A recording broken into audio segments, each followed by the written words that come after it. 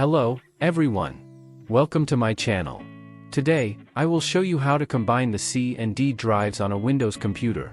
This is useful if your C drive is full. Before we begin, please back up your files. It is important to protect your data.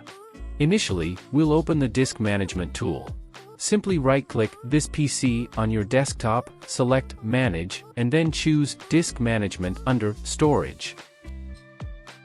Here, you will see your disk partitions, including the C and D drives.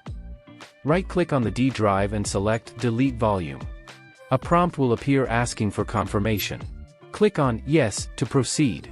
This action will delete all data on the D drive, so ensure you have backed up your files to another location beforehand. The D drive space is now unallocated. To merge this space with the C drive, right-click on the C drive and choose Extend Volume. Proceed through the Extend Volume wizard. Disk 0 should be automatically selected. If you have other formatted disks, they will appear in the list, but in this case, we only have one unallocated disk. Click Next, then Finish. Your drives will combine.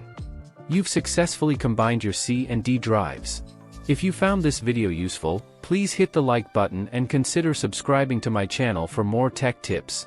Thank you for watching.